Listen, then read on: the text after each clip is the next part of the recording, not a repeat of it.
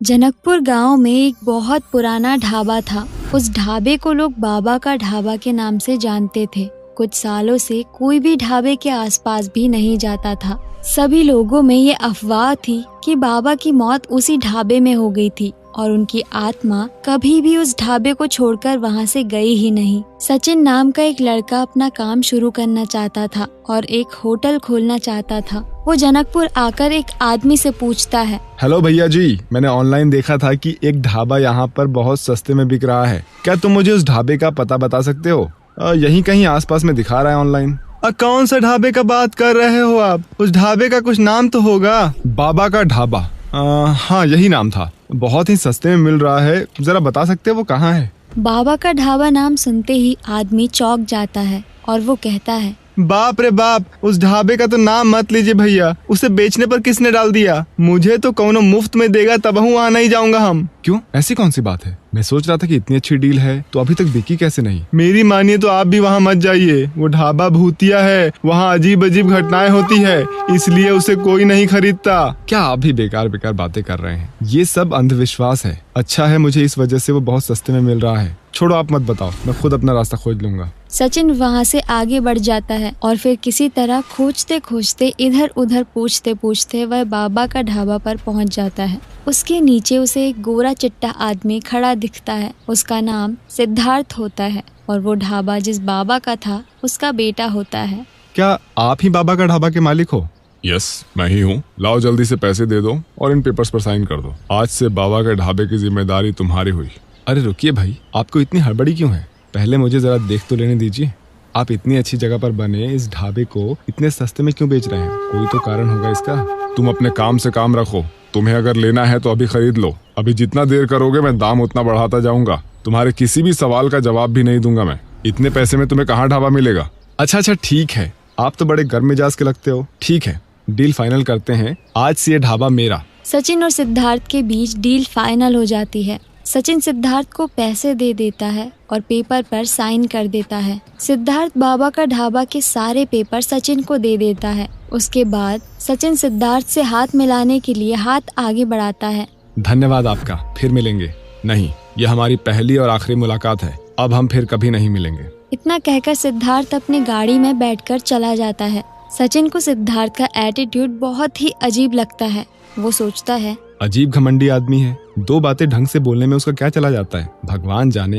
खैर छोड़ो, जाने तो मुझे क्या करना है। मैं तो अब इस ढाबे को फिर से शुरू कर दूंगा। नाम भी कितना अच्छा है, बाबा का ढाबा। यहाँ पर तो ढाबा बहुत चलेगा भी। मुझे तो कोई बदलाव की जरूरत ही नहीं पड़ेगी। चलो अब मैं इसके अंदर जाकर देखता हूँ। बाबा का ढाबा देखने में ही बहुत पुराना था। उसके दरवाजे खिड़कियों पर मकड़ी के जाले लगे हुए थे। सचिन उसका दरवाजा खोलता है और ढाबे के अंदर से बहुत सारे चमगादड़ उड़ते हैं। सचिन थोड़ा घबरा जाता है। बाप रे बाप, ये ढाबा तो लगता है सालों से खुला ही नहीं है। बहुत ही ज्यादा गंदगी है इसमें। साफ सफाई के लिए आदमी बुलाना पड़ेगा। सचिन कुछ मजदूरों को साफ सफाई करने के लिए बुलाता है और वो भी बाबा का ढाबा देखकर ये कहकर भाग जाते हैं कि वो वहाँ पर काम नहीं कर सकते। सचिन बहुत परेशान हो जाता है क्योंकि उसे कोई भी आदमी नहीं मिल रहा होता। अंत में वो खुद ही धीरे धीरे उस ढाबे की सफाई करता है। उसके बाद वो वहाँ पर नया बाबा का ढाबा का पोस्टर लगाता है और फिर मेन्यू कार्ड भी लगाता है। वो रात में भी वहीं पर सो जाता है।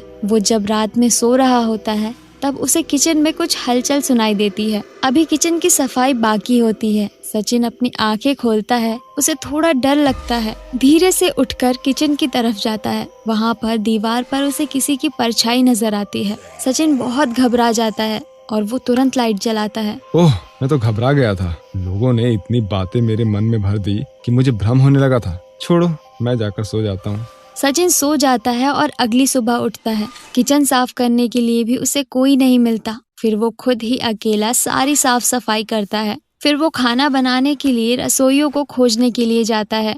वहाँ पर भी बाबा का ढाबा नाम सुनकर कोई भी आने को तैयार नहीं होता। अब सचिन की परेशानियाँ बहुत बढ़ जाती है। वो सोचता है, अरे अब मैं क्या करूँगा? ये तो बड़ी परेशानी वाली बात है। ढाबे का नाम सुनते ही न जाने क्यों लोगों के होश उड़ जाते हैं। कोई कुछ ठीक से बताना भी नहीं चाहता। अच्छा, एक काम करता हूँ, मैं शुरुआत में अभी अकेले ही खाना बनाना शुरू करता हूँ। अगर सब कुछ ठीक रहा तो आगे जाकर लोग आ जाएंगे। सचिन सारी साफ सफाई खत्म करने के बाद खुद ही खाना बनाना शुरू कर देता है। पहले दिन उसके ढाबे पर कोई भी नहीं आता। वो बहुत दुखी हो जाता है और सो जाता है। फिर भी वो अगले दिन फिर से लगन से खाना बनाता है और लोगों का इंतजार करता है। इस दिन उसके ढाबे पर 2 लोग आते हैं। वो लोग इस शहर में नए होते हैं। वहाँ का खाना खाकर दोनों बहुत ज्यादा इम्प्रेस हो जाते हैं। वो अपने सारे साथियों को कहते हैं कि वो इसी ढाबे से खाना खाएं। इस तरह धीरे धीरे सचिन का ढाबा चलने लगता है। अब रोज उस ढाबे पर 15-20 लोग आने लगते हैं। अब तक सचिन अकेला संभाल लेता है, पर अब काम बहुत बढ़ने लगता है। सचिन रात रात भर जागने लगता है। एक दिन वो खाने की आधी तैयारी करता है और उसकी नींद लग जाती है। वो अगली सुबह उठता है। अरे मैं कल कब सो गया? मुझे तो कितना काम करना था। अरे ये सारा खाना अपने आप तैयार कैसे हो गया? यहाँ तो खाने की सारी तैयारियां हो गई है, पर मैं तो सो गया था। ये कौन सा जादू है? ऐसा कैसे हो सकता है? सचिन बहुत आश्चर्यचकित हो जाता है, पर अब ढाबा खोलने का समय हो जाता है और फिर वो अपने काम पर लग जाता है। अगले दिन वो खाना बनाने का सारा कच्चा सामान उसी जगह पर रख देता है और सो जाता है। जब वो अगली सुबह उठता है तो देखता है कि खाने की सारी तैयारी हो चुकी है।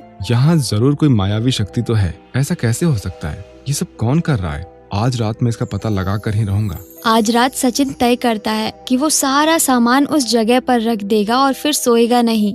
चुपके से देखता रहेगा कि आखिर ये कौन करता है।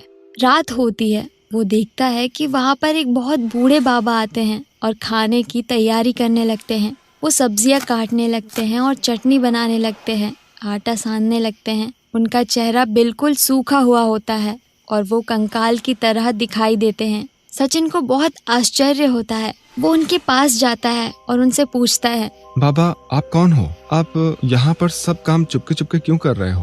आप मेरे सामने कभी क्यों नहीं आते हो? अगर आपको काम करने की इच्छा है तो आप मुझसे बता सकते हो। और आपकी हालत ऐसी कैसे हो गई है? आपको तो अच्छे से खाना पीना चाहिए। मेरी मृत्यु 12 साल पहले हो चुकी है। मैं इस बाबा के ढाबा का मालिक हूँ। सिद्धार्थ मेरा ही बेटा है। मैंने ही इस ढाबे को शुरू किया था और 25 साल तक मैंने इस ढाबे को चलाया भी। उसके बाद मेरे बच्चे बड़े हो गए और वो विदेश पढ़ने के लिए चले गए। मैं चाहता था कि हमेशा ये ढाबा चलता रहे। सिद्धार्थ से मैंने ये बात कही भी, पर वो एक बार विदा लेकर विदेश गया, फिर कभी लौट कर नहीं आया वहाँ से। कभी कोई संदेश या चिट्ठी, कभी कुछ भी नहीं भेजी। उसके बाद मैं बहुत अकेला पड़ गया यहाँ पर। इस ढाबे को चलाते रहा और फिर मैं कमज़ोर होता गया और फिर इसी तरह से इसी ढाबे की रसोई में मेरी मृत्यु हो गई। तब से मैं यहीं रहता हूँ। मैं कभी नहीं चाहता हूँ कि यह ढाबा का नाम बदले, इस पर कुछ और शुरू हो। जो भी लोग इसे खरीदने आते हैं वो या तो इसे तोड़ने की बात करते हैं या किसी और चीज़ में बदलना चाहते हैं। इसीलिए मैं उन लोगों को खूब डरा देता हूँ और भगा देता हूँ। पर तुमने ऐसा नहीं किया बच्चा। तुमने मेरी नाम और मेरा पहचान नहीं मिटने दी, इसीलिए मैंने तुम्हें कभी कुछ नहीं किया। मैं भी तुम्हारा काम में हाथ बटाऊंगा ताकि मेरा ढाबा फिर से चल पड़े। बाबा के ढाबा को फिर से जिंदा करने के लिए तुम्हारा बहुत बहुत शुक्रिया बेटा, तुम्हारा बहुत बहुत शुक्रिया। यह सब सुनकर सचिन की आंखों में आंसू आ जाते हैं और उसे समझ आ जाता है कि अकेलापन एक इंसान को कितना खोखला कर देता है। उसके बाद वो बाबा का ढाबा को बहुत अच्छे से चलाता है